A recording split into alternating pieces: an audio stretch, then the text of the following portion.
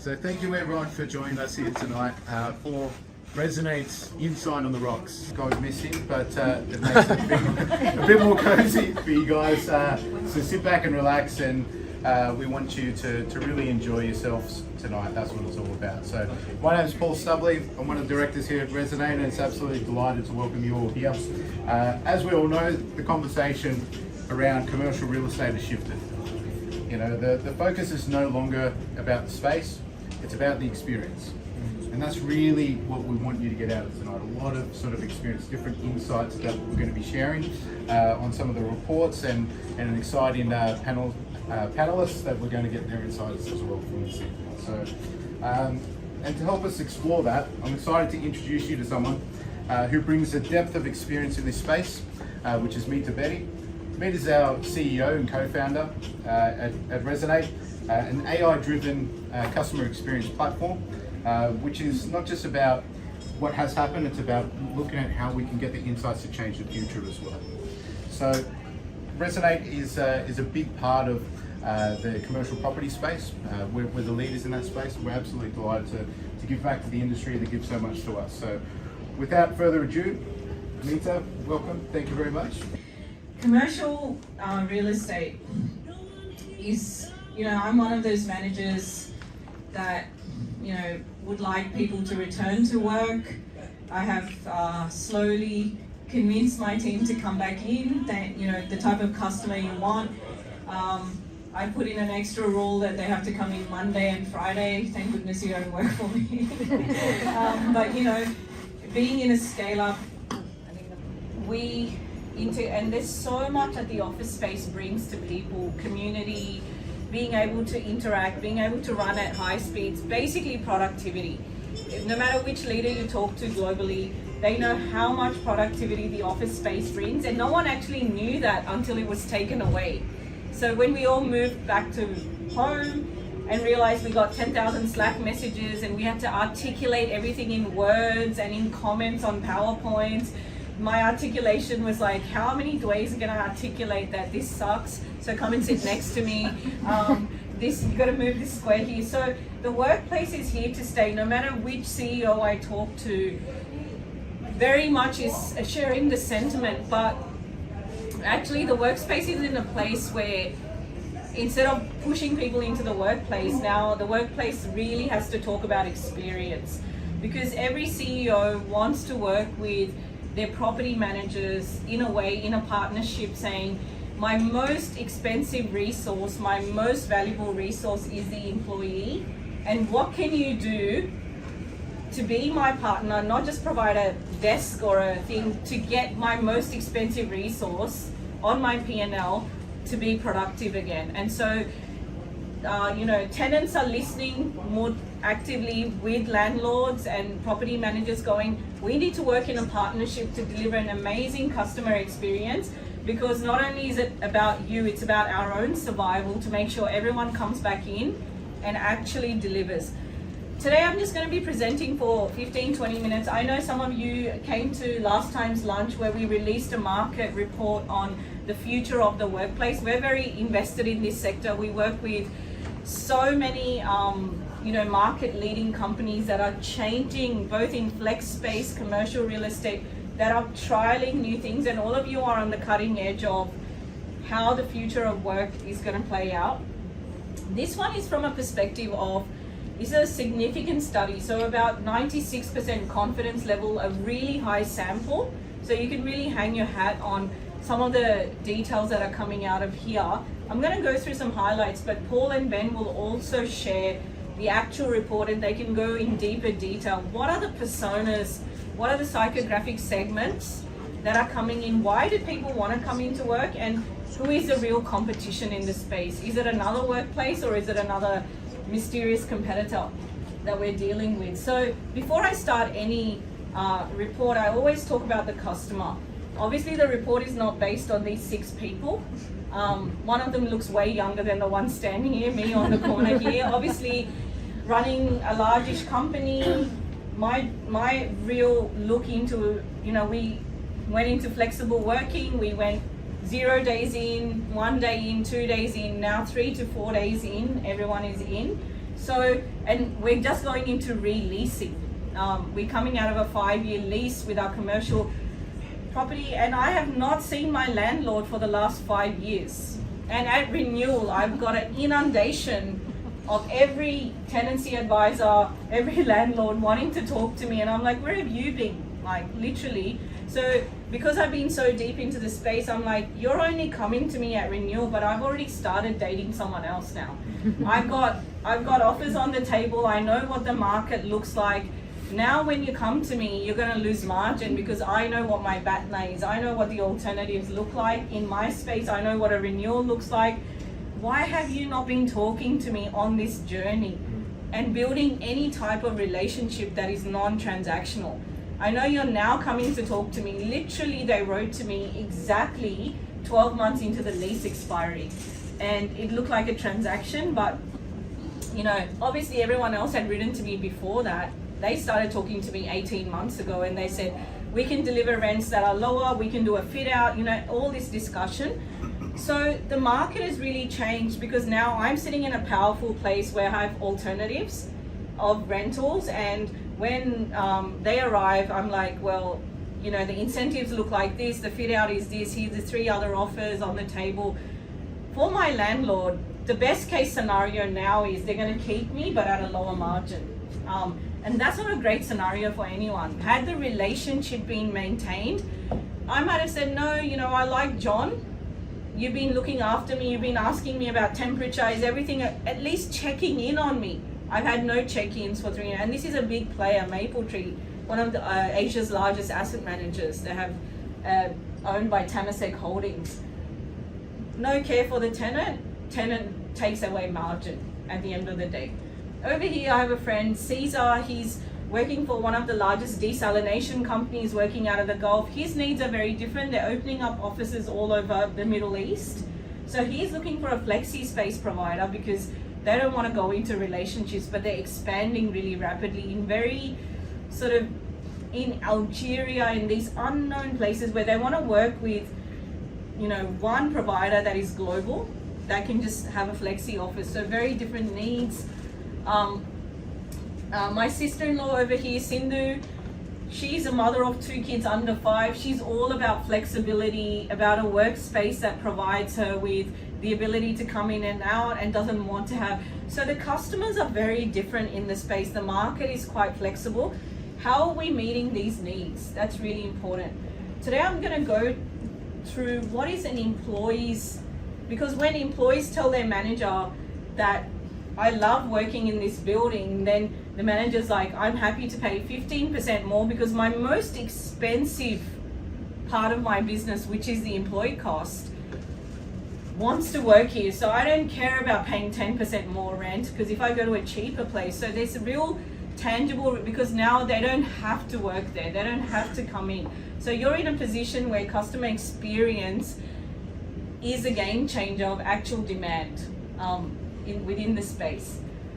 So, you know, what does this look like? Your portfolios, depending on the type of property that you're in, this is actual consumers or people, users or occupiers, different names given. 38% of the market is 2 days in, 39 is 3 to 4 days, and this report also goes into the regional view. So we'll share this with you. Different parts of the UK have different, London has come in more.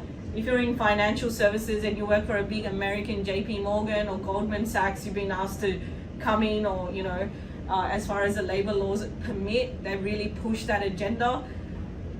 And 22% of the market is 5 days a week in. And so you're a really important part of that. And the report also asks, the study asks, what is the customer's perception or the consumer's perception? What is the next 12 months going to look like? Because this tells us, is perception reality? Because if you ask a leader, their perception would be different to the person coming into work. So actually, the 1 year expectation is nothing's going to change. Whatever lifestyle pattern I've created, if I'm 3 days in, I'm going to be 3 days in. If I'm 2 days in, there's slight movements, but most people think this is the new normal. We probably know that isn't the case. We're going to release this report again in 6 months' time. And we're going to see if customer perception is changing, because there's lots of different global forces. There's macroeconomic, there is, companies are not hiring at that pace. People are feeling a little bit more job insecure. Different things are happening, so this perception may change.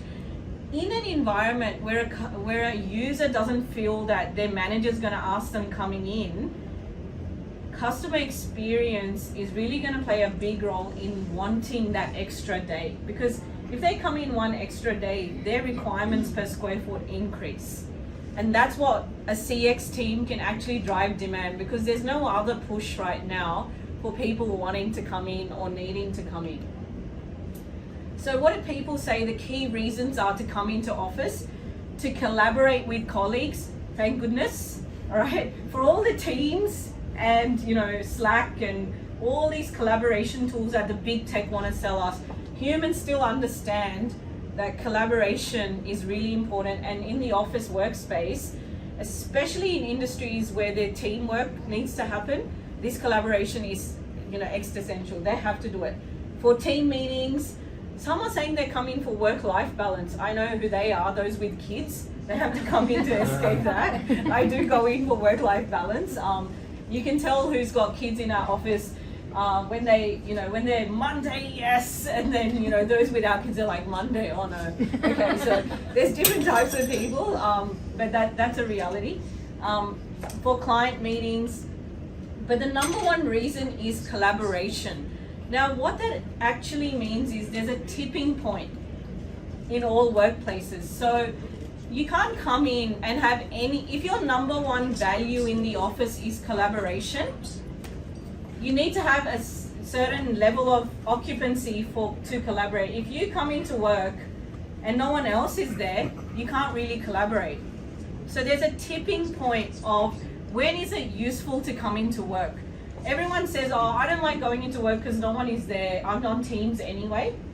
But that's why now a lot of companies are mandating which day to come in, because otherwise there's no point. So when asked if collaboration is the number one reason to come in, you've got to have a critical mass in before the workplace is useful. So when asked at what point, so 13% of people said if there's 20% of the office full, that's useful for me. Very few people believe that 20% is a good tipping point. 18% said 40% in, I'm happy, I'll be in. That's enough for me to collaborate. But the real tipping point comes when you have between 60 to 80% occupancy in the office. So a lot of us actually believe that we needed to get 100% occupancy, but actually the tipping point, the good news in this slide is, as soon as you start to get 60% of a team in, everyone exponentially finds it useful, and then you get the tipping point of everyone coming in. So when we're looking at how we get people back in, 60% to 70% of a team being in means the rest will come in, because these really fussy people that want 100% people to come in, there are only a few. A lot of them will tip over. 60% of the market says that I find if there's 60% to 70% in, it's really collaborative. It's useful to come into work. So what is the tipping point? And a lot of leaders are looking at this, but also a lot of commercial property, when we're talking to our customers who are our clients, companies saying at 60% you have a tipping point. We want to be partners in sharing with them what is a tipping point for getting their people in, because every manager, if they think about, I have to get everyone in, there's this one person that never wants to come in, that's never going to happen. Actually 60% to 70% is a good tipping point. We know the market is distributed, flexible workspace. We have a number of different types of providers here today, or commercial, hybrid, traditional office, and then we've got people who are fully remote. Deep diving into flexible workspace, because this is a real growth market where people are looking for flexibility. Even traditional real estate players are now looking at, can we have 2 floors of flexible, 3 floors of flexible, because there's a huge segment that is looking for flexibility. Why do people come in? Enhance work-life balance. We'll share this report for you. Now, Resonate really specializes in looking at customer data that is segmented, and there's behavioral segments emerging in the market. Before it was the average office worker coming into the office, you know, working the whole market has changed. And now there's 3 key occupier personas emerging that we saw in the clustering that the data was done. On the left-hand side, you have what we call the innovator. It's not like they think they're the innovator. This is just names we've given them. But if you think about it, they really enjoy flexible work. They want to come in 3 to 4 days a week. They're sort of middle-aged, high-income metro. They're in creative, design, IT, technical, these types of professions. And they're called the innovator, and they value being in a space where they can collaborate, and they want to come 3 to 4 days. So this is a customer you're really looking for, because they're the ones that are up for grab. They're the ones that can churn. They're in flexible contracts or leases, and they're the ones that you can grab off other, competitors in the market. On the right-hand side, you have the maximizer, which is traditional office, 4 to 5 days, slightly older, finance, accounting, customer service, HR.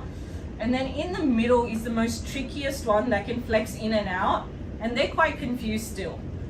They're what we call the wellness seeker, the work-life balance. I want a bit of gym, a bit of grass, I need this, I need that. I love my home, I love the teddy bear on my desk. The wellness seeker is the tricky one, because they're 1 to 3 days in. And if you're dealing with maximum number of these people, they're middle income, operations, logistics, they're a bit of everything, but we'll get into what they're seeking, which is like really hard to deal with.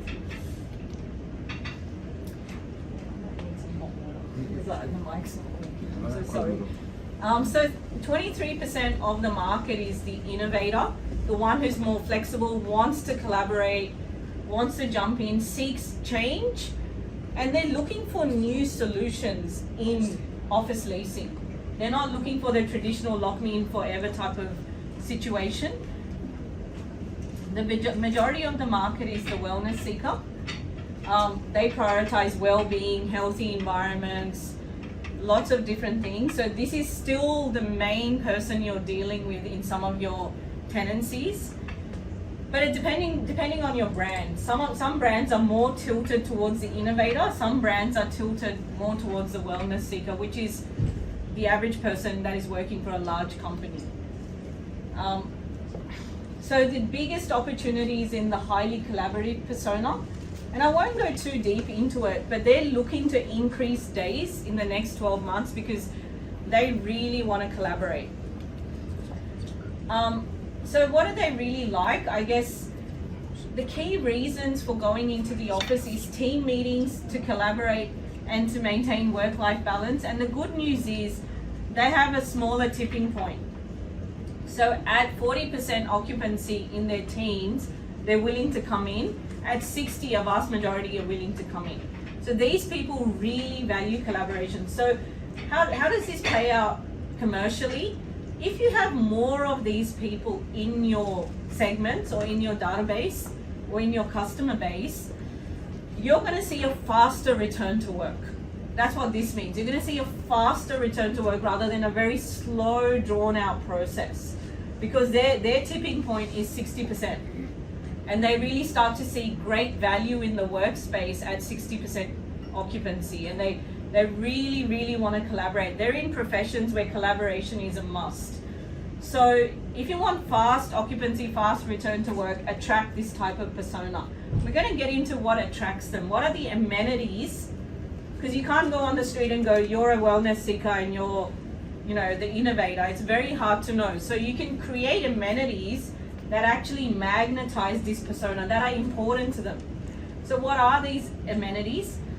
Most valued on the left-hand side is privacy and noise control. These booths, meeting rooms, capsules, all this stuff coming in, they're really wanting that. Access to natural light. I mean, it's tough in London. Well, most of the meeting rooms are underground or without light, but they really value it. So if you have it, and in your above the line marketing, you're talking about natural light and how there's a lot of natural, you are going to attract the innovator. They really value thinking spaces. They want collaboration spaces. Key dislikes, really high noise levels. the innovator doesn't like, because the types of professions these people come from, they do need deep thinking time and they don't want noisy environments. We'll share this with you. So innovators really value spaces where they can work deeply, quietly. If you do have these spaces, please talk about them, because we want to attract this really high value persona that values the workspace and wants to come in 3 or 4 days. So now the biggest proportion is this wellness seeker, the hardest to bring back into work, because they have really enjoyed the work-life balance. The whole thing that COVID brought in, they really want to, so how do we bring them back in? The summary really is, and there's a lot of data in the following slides, but the opportunity to increase usage by providing wellness-focused activities, or something around well-being, yoga studios, gyms. These people really value this, and they are 39% of the market. But if you're just talking about noise cancellation, or we've got meeting rooms, you're not going to attract this persona, which is 39% of the market. This persona is wanting that COVID environment where they could walk outside, they could go to the gym, the grassy areas, the wellness, anything around wellness, health and comfort in your go-to markets is going to attract this persona. But they have a much tougher tipping point. And they do believe that their 1 year expectation is actually weird. They think they're gonna attend offices less. So I would call this a denial expectation.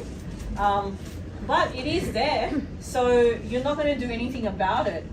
We can work towards the fact they actually think that there's a lot more working 3 days a week, and they think they're gonna go to more 2 days a week. Now, don't know where this is coming from, but a vast majority of marketing, the flexibility is going to increase, the governments are going to give us this, or the workplaces are going to give us this. So they're all about enhanced work-life balance. So any go-to-market around how the office provides this work-life balance is really going to resonate with them. Some adaptability to their changing needs. Their tipping point is a little bit worse, so they need a lot more people in before they think it's useful.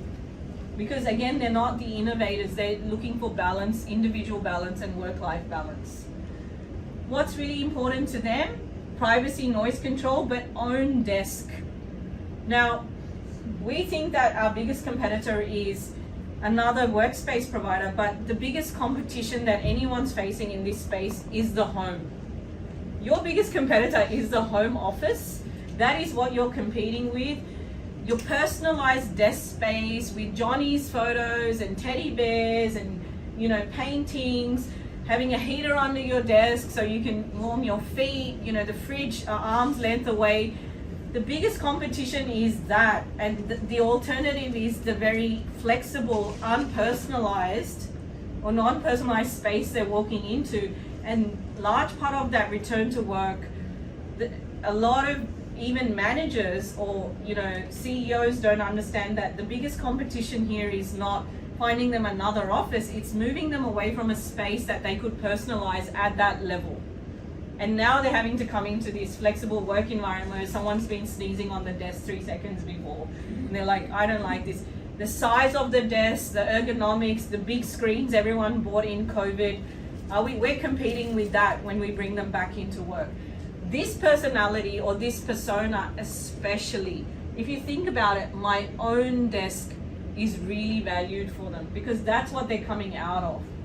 And so a lot of the commercial property discussions that are happening now is, especially in finance, when people are coming in for the releasing, it was all about flexible working and shrinking the office size so you could optimize the rents. Now CEOs are having this discussion that if we give everyone their personal desk space, would that create a bigger, greater return to work? Because the cost saved on rent is not equal to the productivity lost of people working at home. And so some of our clients are actually sharing this report and other data that is finding that if you give everyone their personal desk and don't bring it down to 80% or 70% desk space of your total employee count, are you likely to get people back in that would rather have their own personal space? Is personalization the future of workplaces, or what we did before was, commoditization? Everyone coming in the morning, run for a desk, and if you come in 10 minutes late, you're going to get the worst one, sitting next to a random person you can't collaborate with. And you can't, however you set up your screens and your chairs and your, whatever now you've got to spend half an hour resetting all of that up before you can be productive. So the most valued thing from this highest 50% of the market is my own desk. And this is there's other things in there that, we can go through. So this persona is all about well-being, your own desk. The biggest competitor to us is the home. How can we have these tough discussions? I won't go too deep into this because we have a great panel today, but we can share this report in more detail. The recordings are really powerful. I want to get quickly into where to invest in office spaces, because I think everyone's making investments, including your own, clients. You talk about fit outs. So top amenities that encourage more office use. So when consumers or users were asked, well, what would make you come to office more often? They said high-speed internet. I mean, everyone's built their own internet kingdom at home, really, they're used to, COVID made everyone buy all these repeaters and things. Printing and copying, private offices. We're watching this report to see whether private offices are back in, because that whole open plan, noisy, because remember, this customer is coming back from their private home office, suddenly to be in an open plan office. They're saying, no, I actually work at home 2 days a week to get work done. That's not a good day for commercial property. If the work gets done in a private office at home and it can't be done in the office while they're actually in the office. So this is a really important one.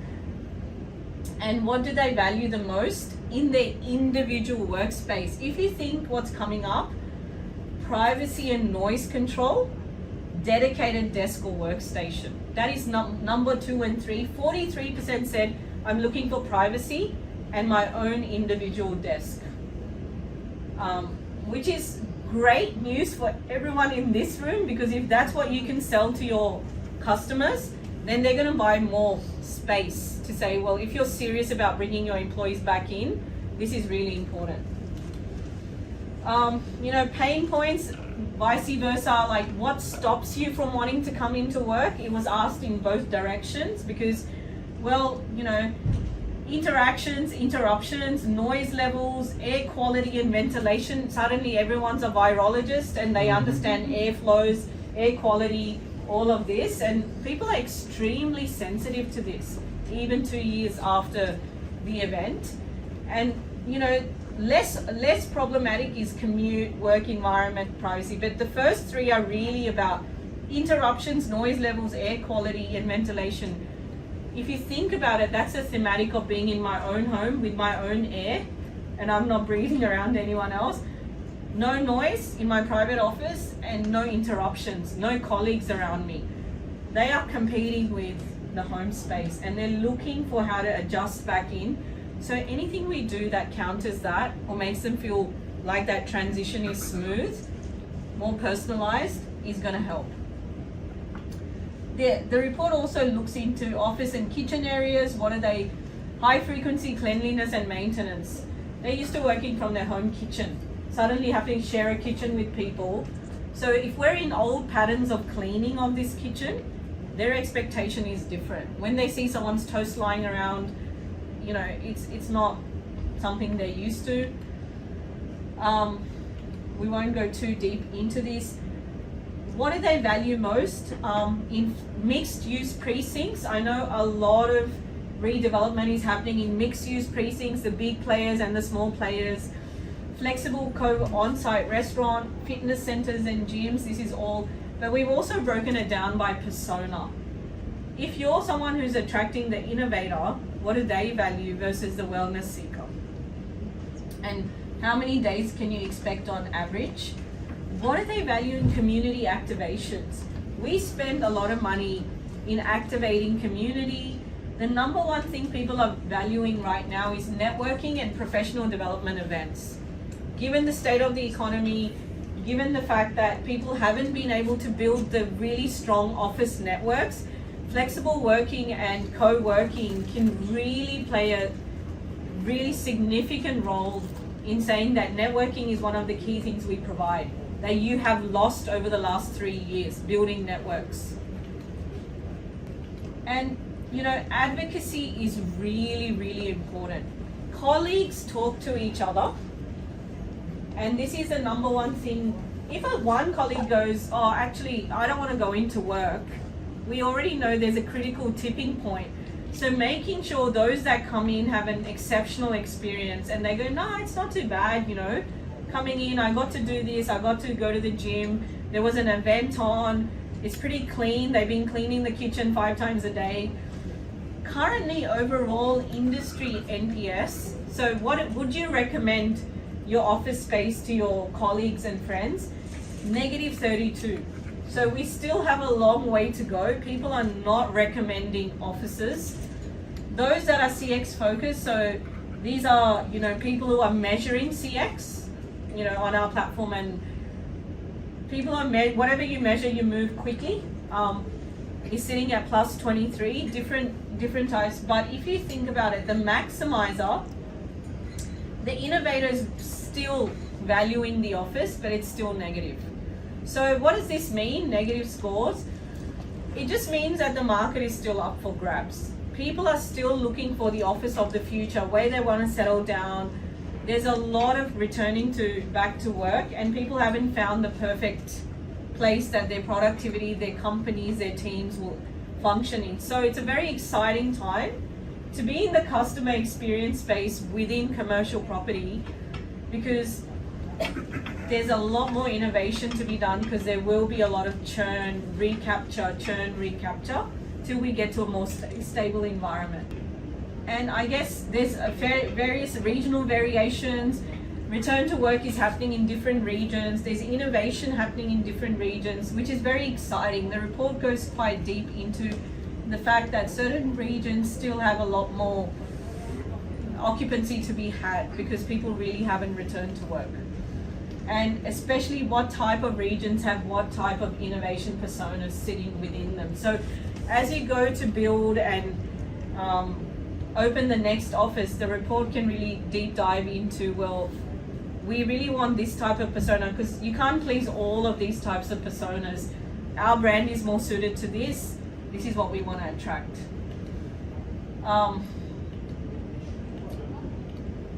And the final thing I want to leave you with is the dream experience. Creating the perfect workplace. Don't we all want that?